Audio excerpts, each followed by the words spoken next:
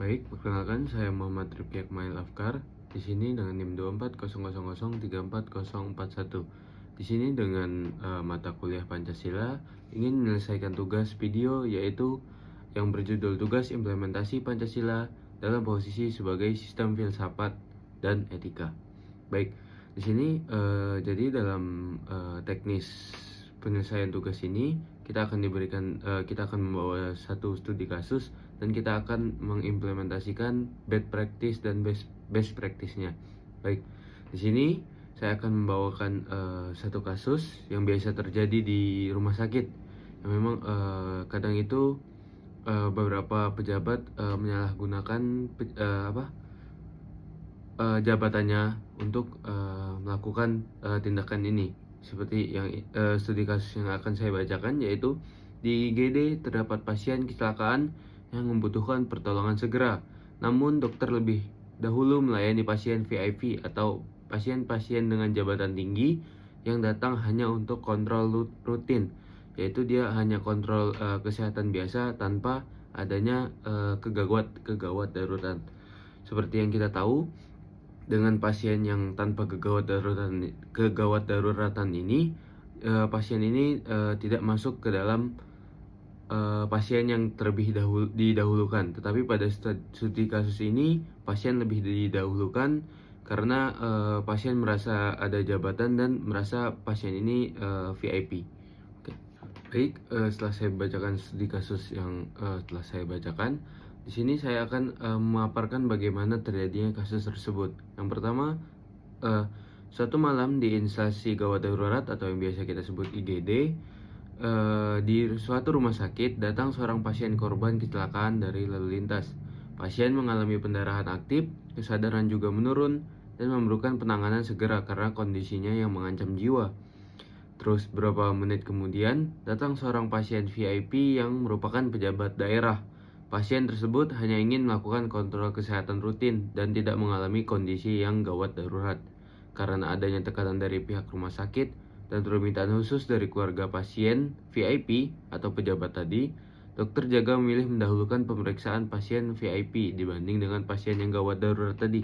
Akibatnya, penanganan pasien kecelakaan menjadi terhambat sehingga kondisi pasien semakin memburuk. Di sini seperti kita tahu ada beberapa aktor, yaitu dari dokter IGD tadi, terus ada pasien korban kecelakaan, keluarga pasien kecelakaan, ada pasien VIP atau pejabat tadi, keluarga pasien VIP, perawat IGD, dan manajemen rumah sakit. Oke, jadi dalam studi kasus ini permasalahannya itu adalah dokter ini tidak memberikan prioritas yang sebagaimana diajarkan pada kuliah kedokteran, yaitu tingkat kegawat daruratan pasien kecelakaan tadi lebih didahulukan dibandingkan dengan kontrol rutin dari pejabat atau pasien VIP tadi. Nah, hal tersebut ini bertentangan dengan prinsip pelayanan gawat darurat yang menggunakan sistem triase. Jadi pada kedokteran itu terbagi lagi menjadi triase merah, triase kuning, dan triase hijau. Nah, pada pasien dengan gawat darurat itu terjadi dia digolongkan dengan triase merah atau harus dilakukan tata laksana atau dilakukan tindakan. Sedangkan pada pasien VIP ini atau pejabat seharusnya dia memasuki triase hijau atau tidak dibutuhkan penanganan gawat darurat. Baik, setelah dari latar belakang atau permasalahan tadi sudah saya bacakan, di sini saya akan menganalisis tentang bad practice atau bentuk pelanggarannya. Jadi bentuk pelanggaran pada kasus ini terdapat beberapa bentuk pelanggaran. Yang pertama, seperti yang kita jelaskan tadi, dokter mengabaikan sistem triase yang menjadi dasar dari pelayanan IGD, yaitu dia lebih mendahulukan pasien dengan triase hijau dibanding dengan pasien merah atau yang gawat darurat. Kedua, dokter melakukan diskriminasi pelayanan berdasarkan status sosial atau dia membedakan bagaimana pejabat dengan masyarakat biasa walaupun terjadi gawat darurat. Ketiga, dokter tidak mengutamakan keselamatan pasien yang sedang berada dalam kondisi yang mengancam jiwa. Jadi, nilai profesi kedokteran yang dilanggar ini seperti profesionalisme, dia tidak bekerja berdasarkan SOP, terus di sini tidak berbuat baik karena tidak memberikan tindakan pada pasien gawat darurat, terus dia juga melakukan keterlambatan atau tidak merugikan, dia pada dokter ini dapat merugikan pada pasien gawat darurat. Terus di sini juga melanggar etika keadilan, yaitu dokter ini lebih memilih pasien dengan VIP, dengan yang mempunyai jabatan dibanding dengan pasien yang gawat darurat. Dampak yang akan terjadi ketika penyelewengan dari etika ini atau yaitu pasien yang gawat darurat akan terjadi kondisi yang sangat kritis, terus mendapatkan risiko kecacatan yang meningkat, terus terjadi risiko dari kematian yang meningkat, dan juga terhadap keluarga pasien memiliki dampak, yaitu kehilangan kepercayaan terhadap tenaga kesehatan, trauma dari psikologis, dan timbul adanya tuntutan hukum. Terus terhadap masyarakat juga dapat menurunkan citra dari profesi dokter itu sendiri, menurunkan kepercayaan terhadap rumah sakit, dan menimbulkan anggapan bahwa pelayanan kesehatan hanya berpihak kepada orang yang berstatus tinggi atau yang memiliki jabatan. Baik, di sini selanjutnya itu ada analisis best practice atau apa yang harus dilakukan seorang dokter ketika mendapatkan dua pasien tersebut. Seperti kita tahu, dokter harusnya menggunakan sistem triase. Terus pasien kecelakaan seperti kegawat dauratan tadi harus dilakukan survei yang primer, terus dilakukan pengendalian dari pendarahan, terus harus adanya resusitasi bila diperlukan, terus ada pemeriksaan penunjang dan stabilisasi dari kondisi pasien. Nah, sementara pada pasien VIP yang hanya kontrol rutin dapat diminta menunggu hingga kondisi pasien gawat darurat ini sudah membaik atau sudah tertangani. Dan dokter juga harus menjelaskan alasan medis tersebut kepada pasien VIP dan keluarganya secara sopan dan profesional. Tidak yang seperti kita tahu pada best practice ini, yaitu tetap mendahulukan pasien dengan gawat darurat, karena nyawa seseorang itu lebih penting dibandingkan hanya melayani jabatan seseorang. Kita juga sebagai dokter harus berani menentukan tindakan tegas, yaitu dengan tetap memilih triase yang sudah kita tentukan. Terus dari nilai profesi yang diterapkan pada best practice ini, dokter sudah menjalani profesionalismenya, integritasnya, keadilan, dan empati. Dia bisa mengambil keputusan berdasarkan indikasi medis atau triase medis tadi, dan dia tetap memegang prinsip meskipun mendapat tekanan. Dia memberikan pelayanan asal sesuai dengan kebutuhan medis, dan juga dia berempati, yaitu berkomunikasi dengan baik kepada seluruh pasien sehingga tetap merasa dihargai.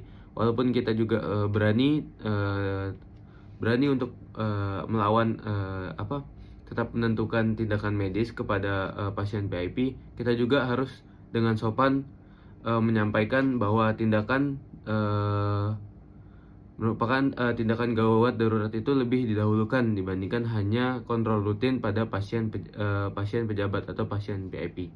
Jadi manfaatnya sangat banyak sekali, yaitu bagi pasien sendiri mendapatkan pertolongan yang tepat waktu, bagi masyarakat juga dapat meningkatkan kepercayaan terhadap tenaga medis atau dokter. Baik, memasuki poin terakhir, yaitu implementasi berdasarkan nilai-nilai Pancasila. Yang pertama, dilihat dari studi kasus tersebut, di sini ada sila kedua, yaitu kemanusiaan yang adil dan beradab. Pada setiap pasien memiliki hak untuk memperoleh pelayanan kesehatan tanpa adanya diskriminasi ataupun dibeda-bedakan. Dokter harus menghargai martabat seluruh pasien sebagai manusia, tidak memandang jabatan apapun pada pasien. Terus kita juga dapat melihat dari sila kelima, yaitu keadilan sosial bagi seluruh rakyat Indonesia. Pelayanan kesehatan harus diberikan secara adil, berdasarkan dari kebutuhan medis itu sendiri, bukan hanya dari status sosial atau jabatan. Sistem triase merupakan bentuk penerapan keadilan dalam pelayanan kesehatan. Dan yang di sini juga ada sila ke-1, yaitu ada ketuhanan yang Maha Esa. Dokter sangat bertanggung jawab secara moral kepada Tuhan dalam menjalankan profesinya. Memberikan pelayanan yang jujur, amanah, dan bertanggung jawab merupakan bentuk pengamalan dari sila yang pertama. Juga di sini ada sila keempat yang menjadi opsional, yaitu kerakyatan yang dipimpin oleh hikmat kebijaksanaan dalam permusyawaratan dan perwakilan. Keputusan dokter harus diambil secara bijaksana berdasarkan ilmu kedokteran, standar profesi dan pertimbangan etik, bukan karena tekanan dari pihak tertentu. Jadi keputusan dari penanganan pasien tadi harus sesuai dengan SOP dalam ilmu kedokteran, bukan hanya karena ada tekanan dari pasien VIP ataupun pasien pejabat.